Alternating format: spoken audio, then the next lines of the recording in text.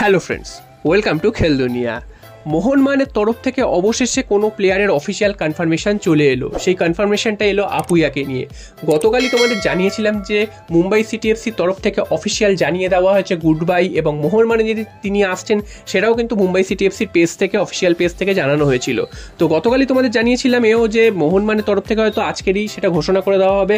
সেই কথাটাই মিলে গেল, আজকের সকালে কিন্তু মোহনবাগানের তরফ থেকে ঘোষণা করে দেওয়া হলো আপুইয়ার নাম, এবং দুর্দান্তভাবে একটা ঘোষণাটা করা হয়েছে সোশ্যাল মিডিয়া সাইটে। এবং সেখানে দেখা যাচ্ছে যে তার চিরপ্রতিদ্বন্দ্বী ক্লাব ইস্টবেঙ্গলকে খোঁচা দিয়ে পোস্টটা করা হয়েছে। তোমরা জানো যে এই সইটার জন্য মোহনবাগানের সাথে লড়াইয়ে ছিল ইস্টবেঙ্গল, এবং মুম্বাই সিটি এফসিও কিছুভাবে ছাড়তে চাইছিল না, এবং একটা সময় অবধি কিন্তু মোহনবাগানের হাত থেকে প্রায় বেরিয়ে গেছিল আপুইয়া। সেটা কিন্তু ইস্টবেঙ্গলের দিকে ঝুঁকে পড়েছিল, এবং রাতারাতি এক রাতের মধ্যে কিন্তু সমস্ত হিসাব পাল্টে দিয়ে মোহনবাগান কিন্তু তাকে তুলে নেয়। তো এইখানে সব থেকে বড় চমকটা দিয়েছে মোহনবাগান।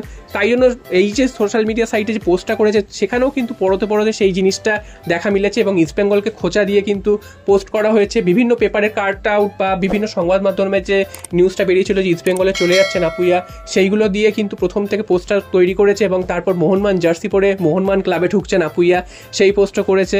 তো সব মিলিয়ে দুর্দান্ত একটা কাজ করেছে Mohun Bagan social media team. Mohun Bagan সমর্থকদের জন্য তো বটেই, কারণ মোহনবাগান সমর্থকদের একাংশের বক্তব্য ছিল যে সোশ্যাল মিডিয়া টিম কিন্তু ভালো কাজ করছে না।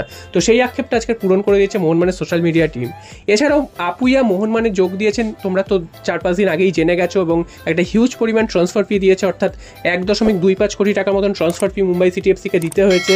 এছাড়াও আপুইয়ার সাথে 5 বছরের ডিল সম্পন্ন হয়েছে, প্রায় 20 থেকে 22 কোটি টাকা তার সাথে চুক্তি হয়েছে 5 বছরে, অর্থাৎ প্রত্যেক বছর কিন্তু প্রায় 3-4 কোটি টাকা করে তিনি নেবেন।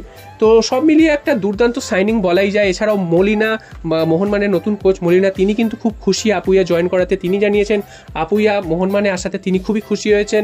মোহনবাগানের মাঝমাঠে শক্তি বৃদ্ধি পাবে, এবং এরকম প্লেয়ার যদি মোহনবাগানে আসে তাহলে কিন্তু মোহনবাগান আরও আগামী দিনে ভালো খেলবে এবং বিভিন্ন টুর্নামেন্টে ভালো ফল করার চেষ্টা করবে।